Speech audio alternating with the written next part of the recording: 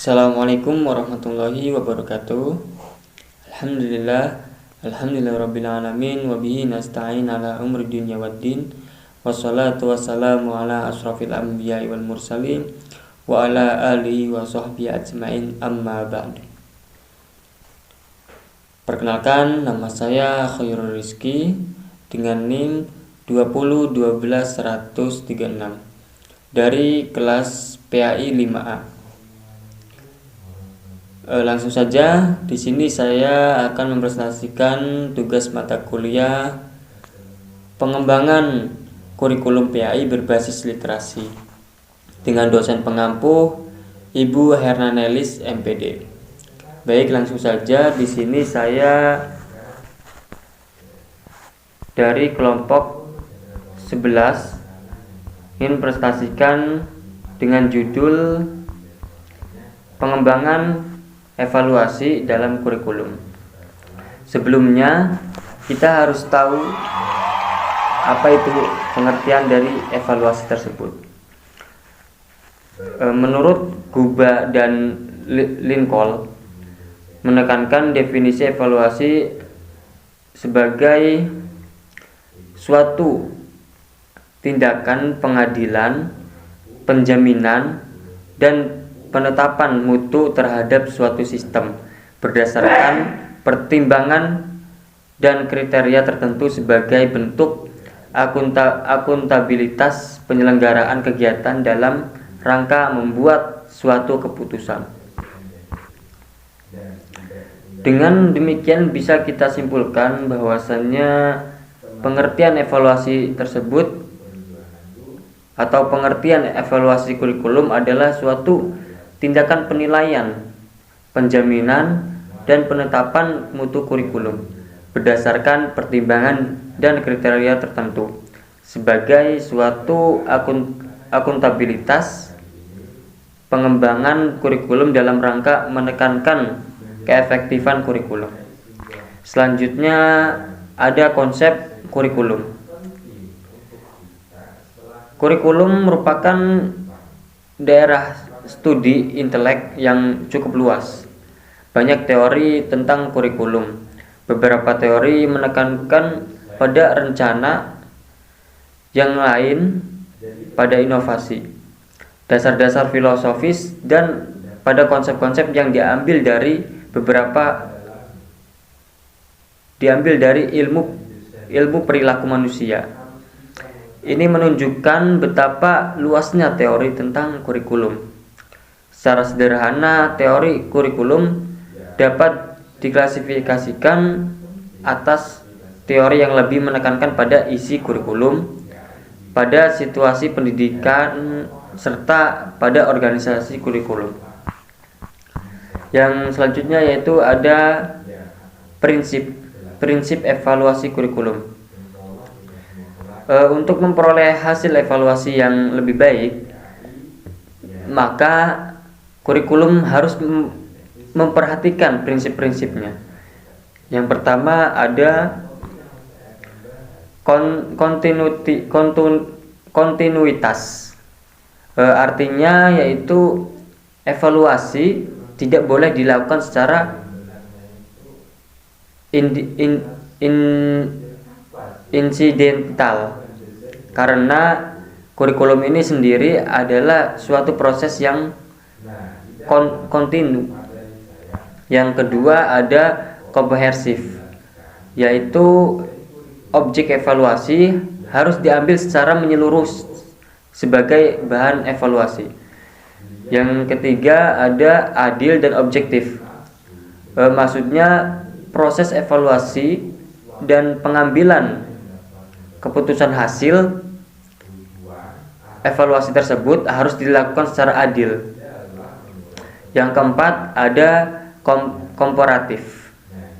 Maksudnya yaitu kegiatan evaluasi harus dilakukan atas kerjasama dengan semua pihak, seperti orang tua, guru, kepala sekolah, dan pegawai yang ada di lembaga tersebut.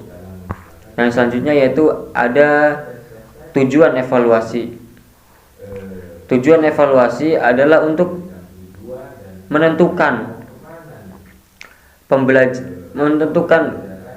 keadaan situasi pendidikan atau pembelajaran sehingga dapat diusahakan langkah-langkah perbaikan untuk meningkatkan mutu pendidikan di sekolah.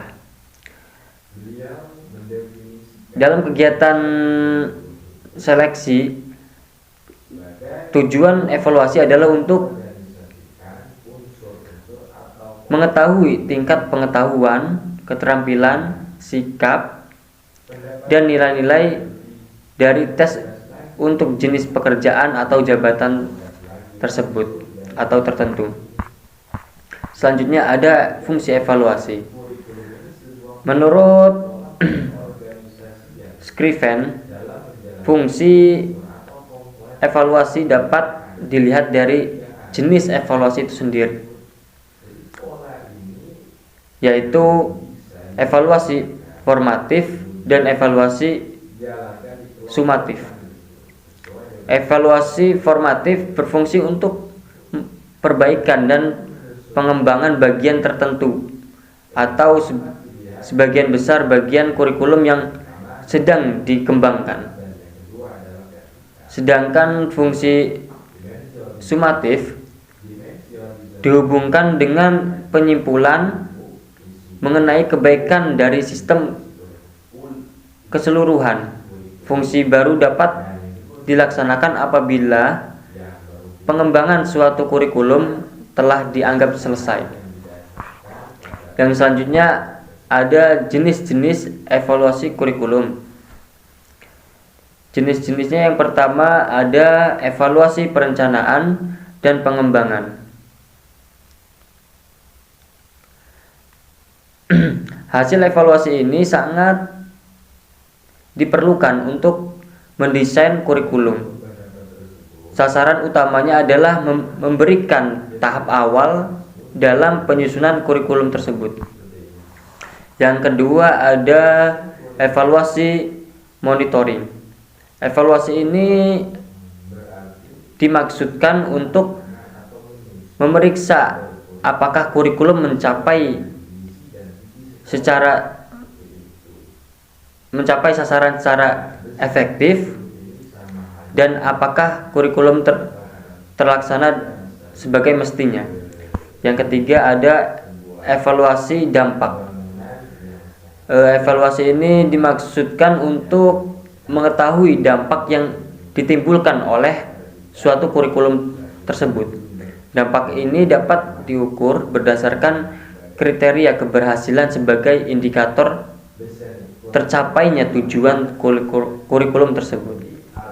Yang keempat ada evaluasi efisiensi ekonomis. Evaluasi ini dimaksud untuk menilai tingkah efisien kurikulum. Untuk itu diperlukan perbandingan antara jumlah biaya, tenaga, dan waktu yang diperlukan dalam kurikulum dengan kurikulum lainnya yang memiliki tujuan yang sama. Yang kelima ada evaluasi program komprehensif. Evaluasi ini dimaksudkan untuk menilai kurikulum secara menyeluruh, mulai dari perencanaan, pengembangan, implementasi, dampak, serta tingkat keefektifan dan efisien. Yang selanjutnya ada desain evaluasi kurikulum. Menurut Okmar Hamalik tahun 2008, desain evaluasi kurikulum meliputi komponen-komponen sebagai berikut. Yang pertama ada penetapan garis besar penilaian. Di dalamnya ada identifikasi tingkat perbuatan keputusan. Kedua, menetapkan situasi keputusan bagi masing-masing tingkat dan ketentuan. Contohnya seperti fokusnya, waktu, dan suatu alternatif. Yang ketiga, menentukan kriteria bagi setiap situasi dengan cara merinci variabel pengukuran dan standar dalam mempertimbangkan kemungkinan-kemungkinan. Yang keempat, merumuskan kebijakan untuk pelaksanaan evaluasi. Selanjutnya, desain evaluasi kurikulum yang kedua yaitu ada pengumpulan informasi. Di dalamnya ada merinci sumber-sumber informasi, merinci instrumen dan metode pengumpulan informasi, merinci prosedur sampel, merinci kondisi-kondisi dan jadwal pengumpulan informasi. Selanjutnya, desain evaluasi kurikulum yang ketiga ada organisasi informasi. Di dalamnya ada merinci format informasi. Yang kedua, merinci alat untuk coding, penyusunan, penyimpanan dan retrieving informasi. Yang selanjutnya desain evaluasi kurikulum yang keempat yaitu ada analisa informasi. Analisa informasi di dalamnya meliputi merinci prosedur analisis. Yang kedua, merinci alat untuk melaksanakan analisis. Desain evaluasi kurikulum yang kelima ada laporan informasi. Yang pertama ada menentukan penerima laporan. Yang kedua, merinci alat untuk menyampaikan informasi. Yang ketiga, merinci format laporan. Yang keempat, menetapkan jadwal pelaporan informasi. Baik, mungkin itu saja yang bisa saya sampaikan dan mungkin itu saja yang bisa saya presentasikan. Kurangnya mohon maaf. Wassalamualaikum warahmatullahi wabarakatuh.